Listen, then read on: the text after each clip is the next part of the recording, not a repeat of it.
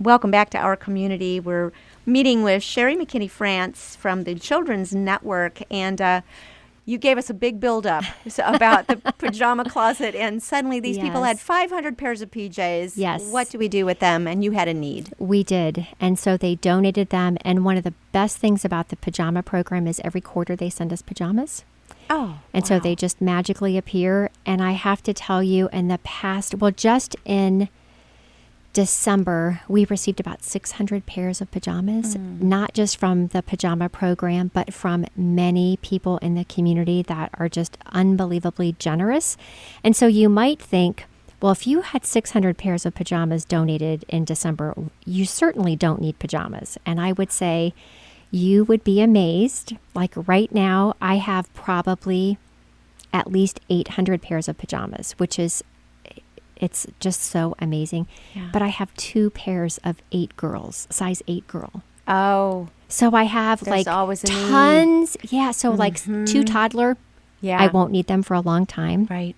But size 8, little people 8, I don't have very many. So tell us, because, we're out at Target. Yes. And it's so easy to pick up a pair of pajamas. Yes. What sizes do you need?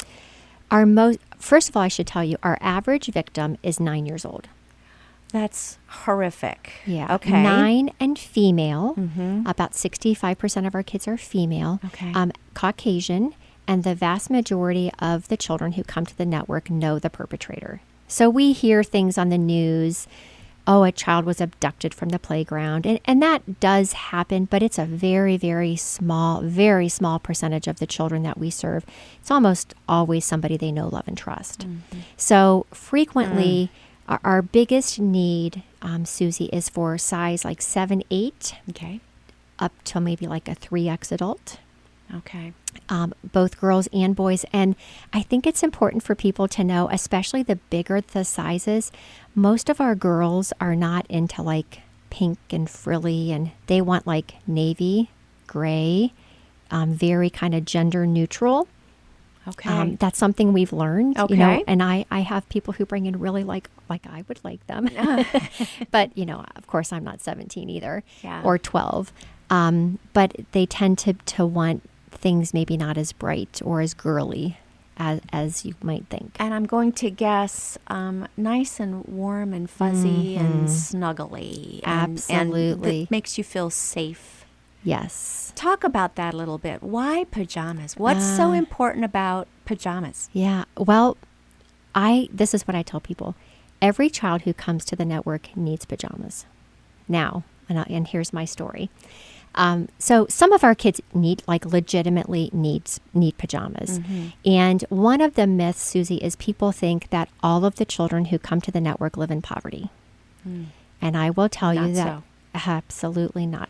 Child abuse does not discriminate. It happens in every demographic. We served children that live in Skyline Terrace, and we served families in Glenmore last year. Wow. Literally. Wow. And everywhere in between.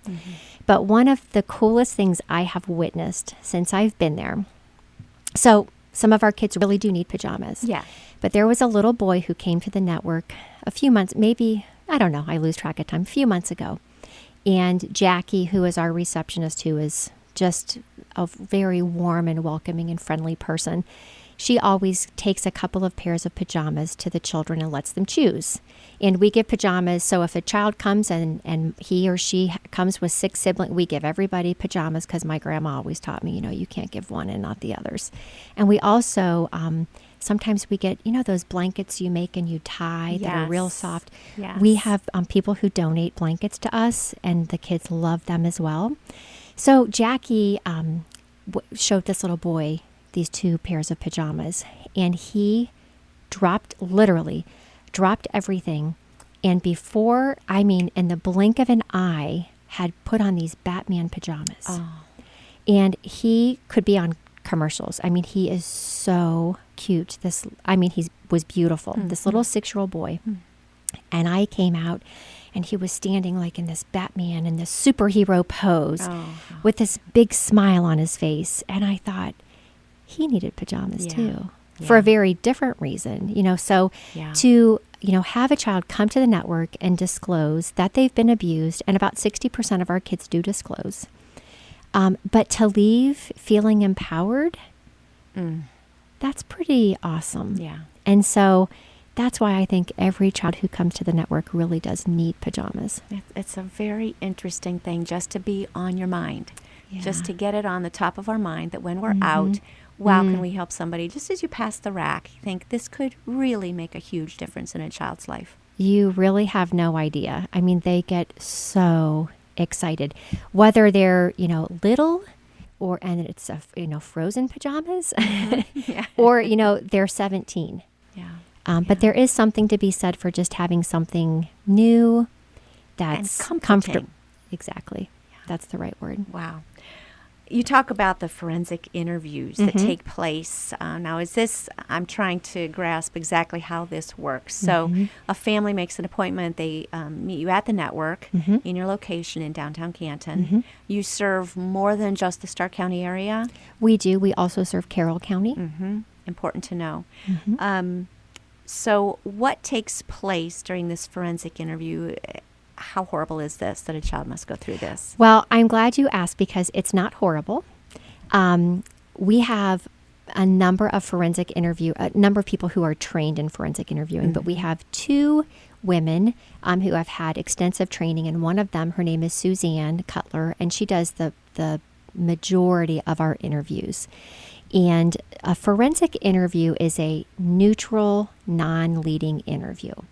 So Suzanne's job is to help the child feel comfortable, introduce herself, let the child know that, her job is to talk to kids and to, help make sure that kids are safe. And she talks with them about, honesty and answers questions. And her goal is to establish rapport with the child. Where do you go to school? What's your favorite color? We have 2. I hope you'll come and visit because you really have to see it. I really do now. Yeah, it's really awesome. But we have 2 different rooms. We have a toddler room, which is where most of our younger kids, they can choose the room. And then we have a kid for a room for older children.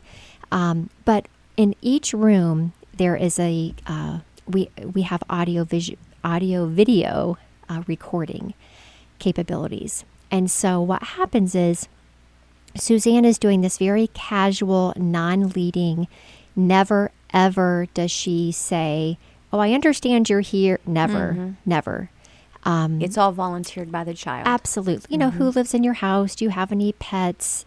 Those kinds of things you would ask, if you went to a birthday party and a friend of yours brought their, cousin or niece or whoever.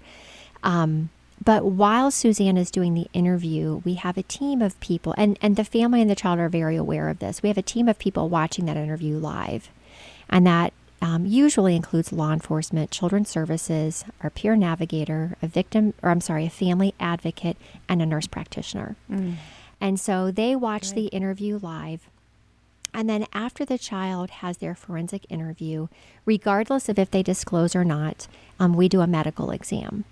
And it's really remarkable because sometimes a child, if you can think, well, if you were 9, our average age of our average victim, right, and you met this woman who's very kind, and she's fun, Suzanne, but, would you share that most intimate secret? I'm thinking no. Yeah, maybe not. But one of the things that's really interesting is you could put that same child in a room with a nurse practitioner who has expertise in child abuse. And as they're doing part of their physical, the child has worries about their body. They don't know, well, I have this itch. Is that a normal itch? Could I be pregnant? Do I have a STI? And so, the kids will talk with the nurses, and who are nurse practitioners are just everybody at the network that works at the network. Truly, it's just an incredible team of people. And so, the kids will ask the nurses questions and sometimes disclose to the nurses. Then that tells you what you need to know. Right. Those are professionals. You're talking about professionals who know what to look for. Yes. I'm thinking we would have teachers or Mm-hmm. even church folks, people who cross the paths of other people regularly. You've told us what to look for if we happen to see that could be the situation of someone being trafficked. Is there something to watch for if we happen to see a situation where we suspect that someone might be abused or neglected? What are the signs of that?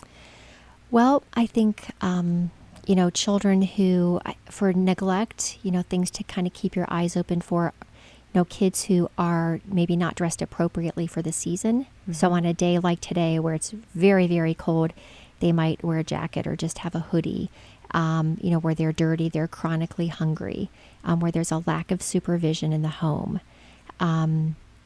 Those would be, big indicators for neglect. Children who are abused might display or even say that they're fearful of a person. Unexplained injuries, or the explanation doesn't make sense. A child comes with a black eye and they say, well, I fell out of bed. Well, could that happen? Well, I guess maybe it could, but it's not likely. Those are, homes where there's domestic violence. Those would be some of the bigger indicators, things to look out for. But I strongly encourage people, if they ever think, I wonder, they should call. Okay. 455 Kids. That's a number that's answered 24/7. And, by Children's Services, and they have the expertise to determine what the next step should be. Okay. How else can people get involved? Well, we are always looking for volunteers at the network. Things like keeping our pajama closet organized. We give families hygiene kits.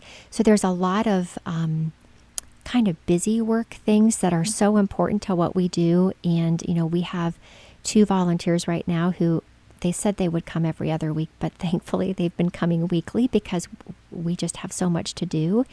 So if there's anybody who has an extra 2 hours a week, 2 hours a month, and they want to come and do that type of work, that would be fantastic. We are very blessed. We have a fundraising board called Friends of the Children's Network. And we have an annual fundraiser every year in May. And this year it's on May 19th, and it's called Game Changer, A Night for Heroes. And it's at the Football Hall of Fame, and it is an awesome event. Very fun. We'll get that on the calendar for yes, sure. Thank you. Thank you. And so if you have any listeners who like fundraising, or they like to put baskets together and they're really that is so not my gift. I can bring this stuff, but I want somebody else to make it look pretty. So if somebody can make baskets look pretty, anything like that would be very, very appreciated. And they could just call the number you mentioned earlier. Awesome. You recently won an award. I mean, we are out of time, We but did. Tell us about the award. We won a appreciation award from the Canton Chamber, and we were very excited and very honored to be selected for that award and the great work that happens there. Congratulations to you. Thank you. Thank you for all the good work you're doing. Many thanks as well to Home Appliance in downtown Ford, but especially Sherry McKinney France. Thank you so much, and thank you for listening this morning to our community.